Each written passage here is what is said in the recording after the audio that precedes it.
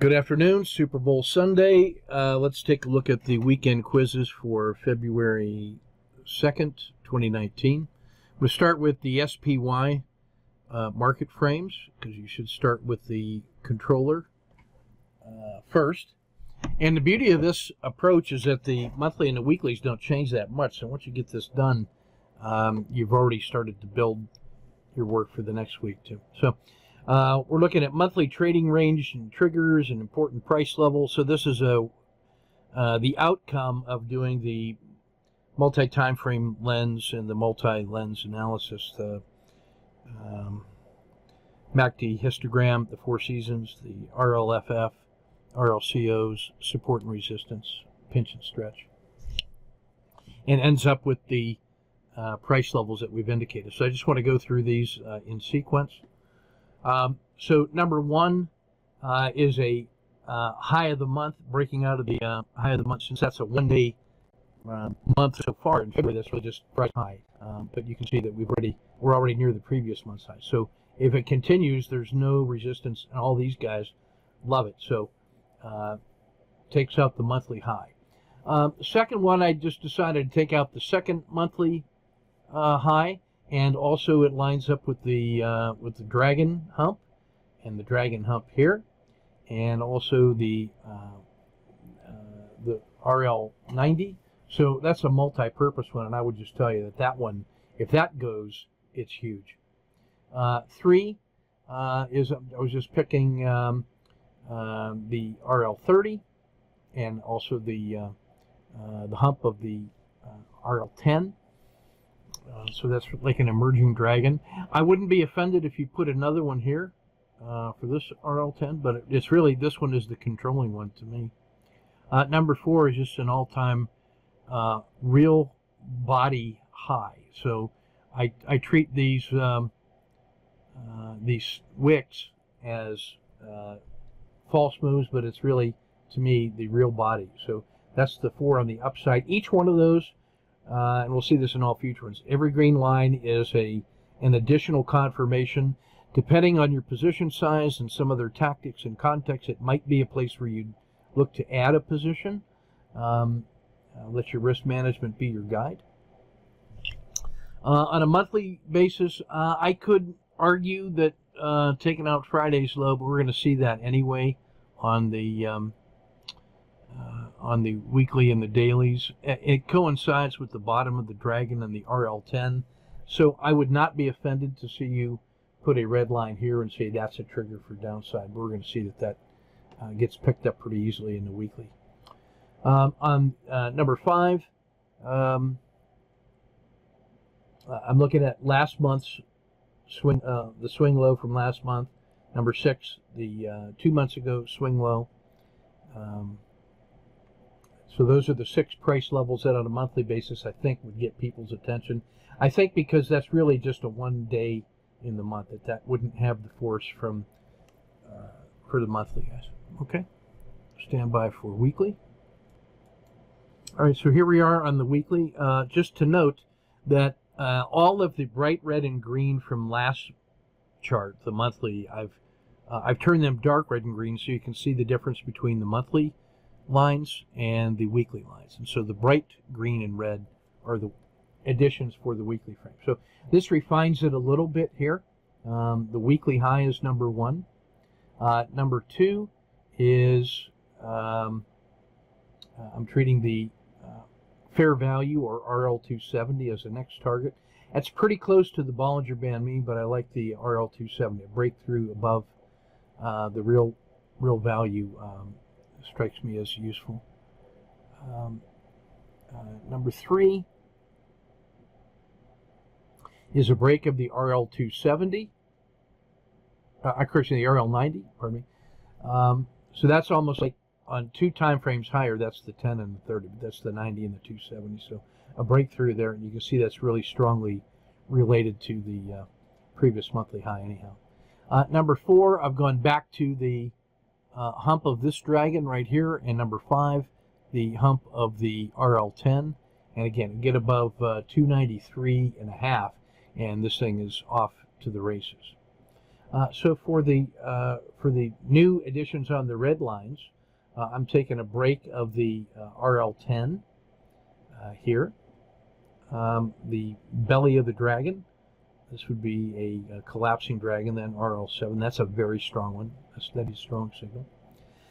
Oh yeah, number 6 was also the weekly low is broken, so that's weekly high and that's weekly low. It's also the RL10. Belly of the dragon, collapsing dragon number 7. Number 8, belly of the RL10. That's another form of collapsing. It's not the dragon, but collapsing 10, if you will. That makes any move inside here as a pocket, and then this would be an additional pocket if it's rolled over. Number 9 was just the real body of the swing low. And so you can see we have equal measure of moves to the downside and to the upside.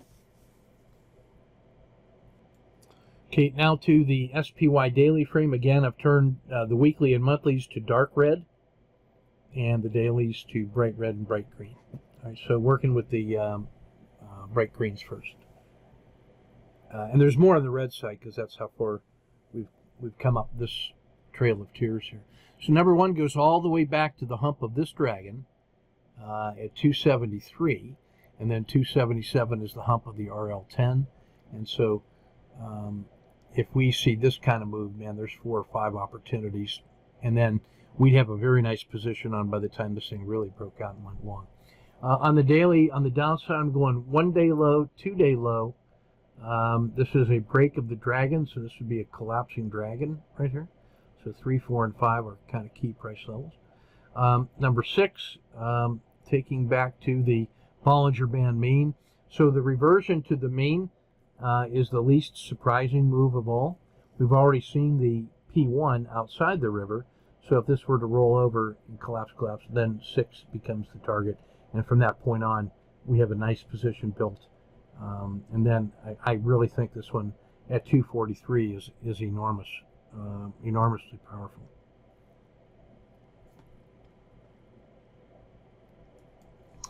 Okay, so now we're down to the 2-hour frame, and the only additional things that we're putting in, I should have moved this up, and I'll do that for next week. Sorry about that. So number 1 is just a reversion to the mean.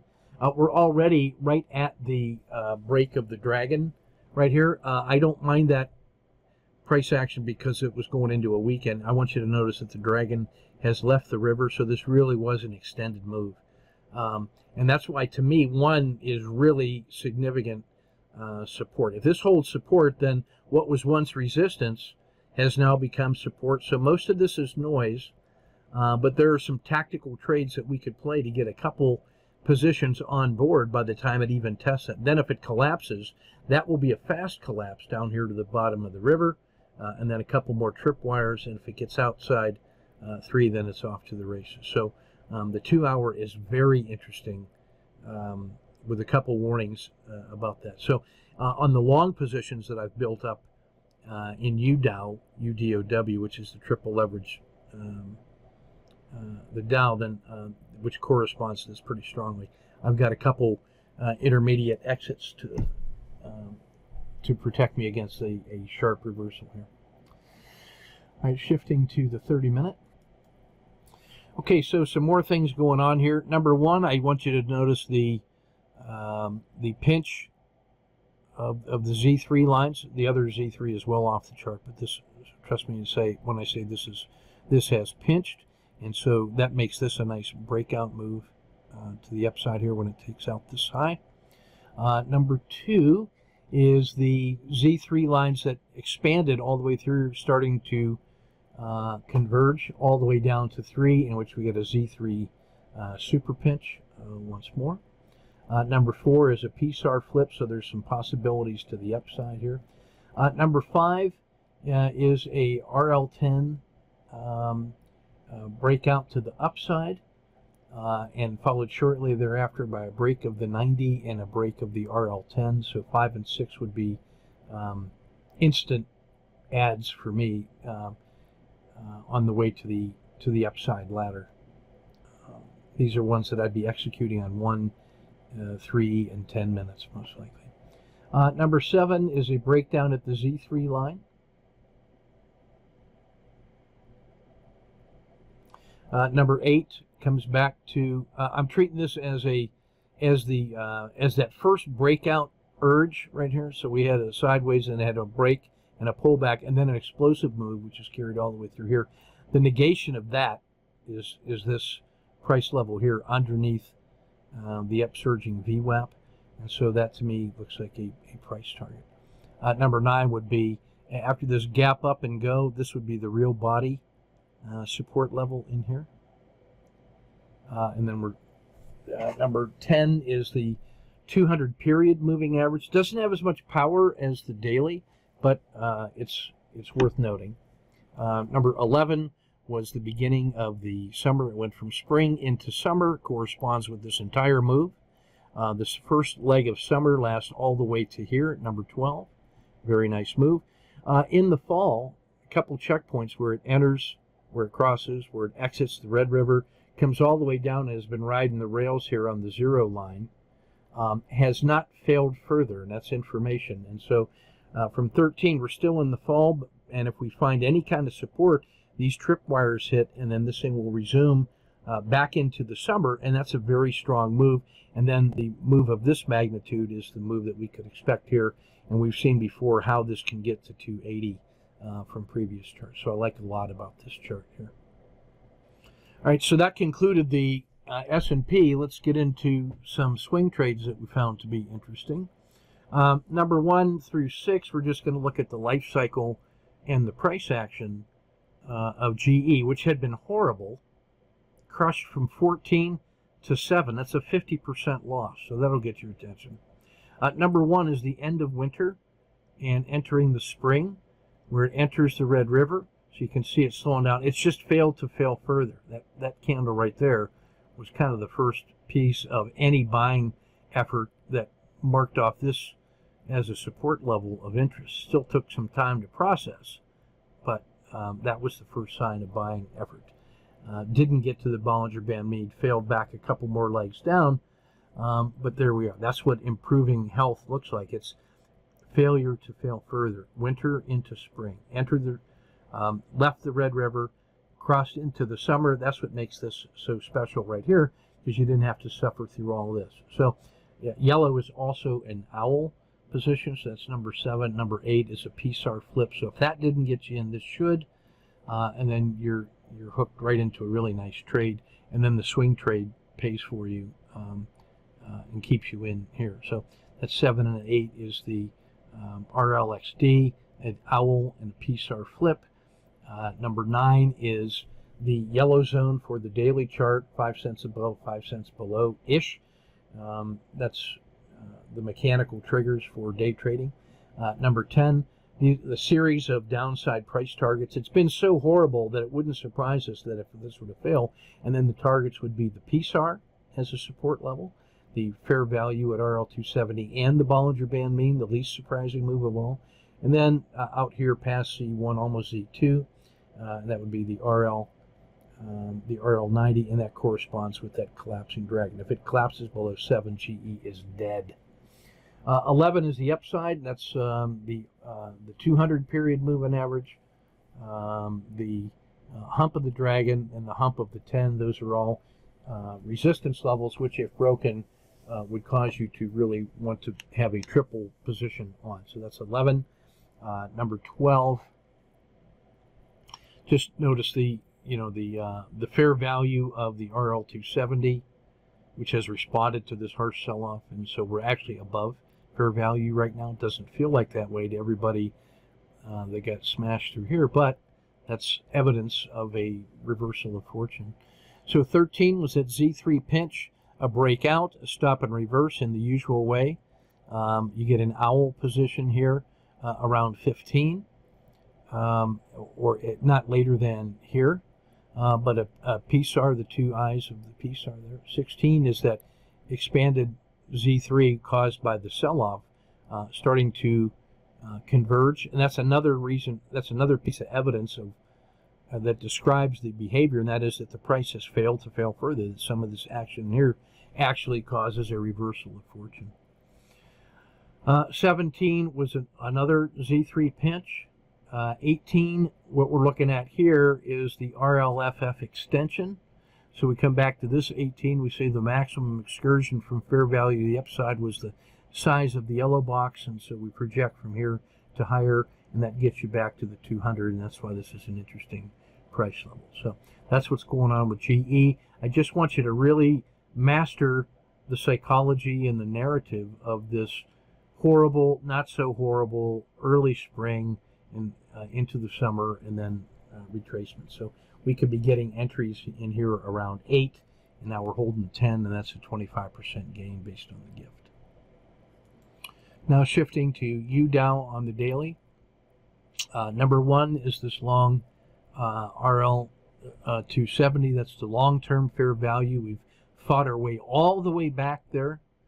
2 is a PSAR flip on that rollover, and then you got a P1. You have a collapsing dragon in here. You have the RL10 crossing through the dragon in here at 3. Crossing the Bollinger Band mean also at 3. The 90 has rolled over. The 10 has rolled over. So there's an owl opportunity in here somewhere, and there's also, I should have shown, a collapsing 10, if not a collapsing dragon, in here as well at 3. Number 4 is a bottoming support level. The RL10 has reversed. We're going to get an RLXD in here, but notice it takes 6 or 7 days to do that based on just how extreme this harsh sell-off got in the Dow. Well, those aren't going to 0. So 5 is the RL10 gets back into Z2 and crosses its own baby dragon. Here the RL4, or the moving average 4. That's a 4-period moving average on the 10, so that's sort of the enough of an indicator that this thing has reversed. So you got the upward slope in the 10 now. So that's 5. Number 6, which corresponds with 17 down here at a entry into the spring, is the RX. That's the P1 RL CO outside the river. This is a close above the RL10. That's significant. A nice little pullback. Now you have the RLXD, so that you could think of that as a pocket. The owl doesn't occur until we get up here to number 8, because you have to have the 30 roll up. So the dragon rolled up, but it takes a while for the 30 to overcome all of this. So you might have been tempted with the pocket and the close above the RLXD. But that owl is number 8. Number 9 is the 10 crossing the Bollinger Band mean, so this is a successful P1. Number 10, excuse me, PSAR flip here. Another reason to be interested in the 7, and not later than the second eye of the dragon here in the PSAR flip. So that's number 7. So that's 10. 11 was the 30, went from down to the 6 o'clock position and rolling up. It crosses the 90, so that's what the 1030 looks like on the next higher time frame. 13 is when the 30 crosses the Bollinger Band mean. That's the difference between the moving average 30 and the regression line 30. Right? So where it left before was up here, where it crossed before was here, where the 30 crossed the Bollinger Band moving average up in here. And then this is all downside, and then when it crosses here, it's the upside. Now it's the long side trend. So that's 13. 14 is the RL30 leaving the river, and that's the beginning of trending behavior. It took that much to reverse price and get the dragon all the way on the other side of the river now from down here, and this is the beginning of trending behavior to the upside, so I'm optimistic. So that's 14. 15. Okay, so the series of MACD seasonalities, summer into fall, crossing its Bollinger Band mean, and the 0 line, excuse me. And now here we are at, I'm sorry, this was the 0 line, so that's winter. This was a rejection of summer and more fail. That's a really powerful signal, as you can tell. So when you get winter starting into spring and then fails below the 0 line, that's as strong a short signal as I think you can get in this mentality. 17 is the end of winter, beginning of spring. Down here. 18 enters the Red River, still improving. Exiting the river in the spring, still improving, and crosses the Bollinger Band mean. Crosses the zero line, confirmation that yes, in fact, this is the next higher trend. 21 is that just a notice that we are still in the spring, even though we've kind of held up a little bit, and off it goes. So 22 is the yellow zone, the daily mechanical entry, 5 cents above and 5 cents below. 23 is a breakdown below the dragon. That would be the price breaking through the dragon. 24 would be the PSAR exit. 25 to the upside is a breakout above the 200. That would be seen as a very powerful move, which is why there's another entry there. 26 comes all the way back to the hump of the dragon. That would be the emerging dragon at about 93. 27 is the hump of the RL10. That's your not later than time entry. So if this is the stretch below fair value by the RL10, that's the regression line fractal extension, then this is, we add that to the RL270 here, and we get a price level up around 102 in the UDOW to the upside, just based on the strength of the traders. Okay, so a lot going on here. I'm very optimistic about this position, but I am also prepared on this position. Now we have the Dow DuPont. So number one is the RLF extension, the big one, the big stretch. This is the big stretch to the upside for upper limit target. Number two is the medium-sized extension that also found support down in this ratio. And now, based on where we are, I'm just saying from here, it could go to here to the upside or here to the downside, because we're right in the middle of this river in this harsh sell-off. So the downside is as equally likely as the upside. So these are my two price limits based on the strength of traders to move it away from this long-term declining fair value. So that's number two. Number three, a pocket breakout close above the rising dragon.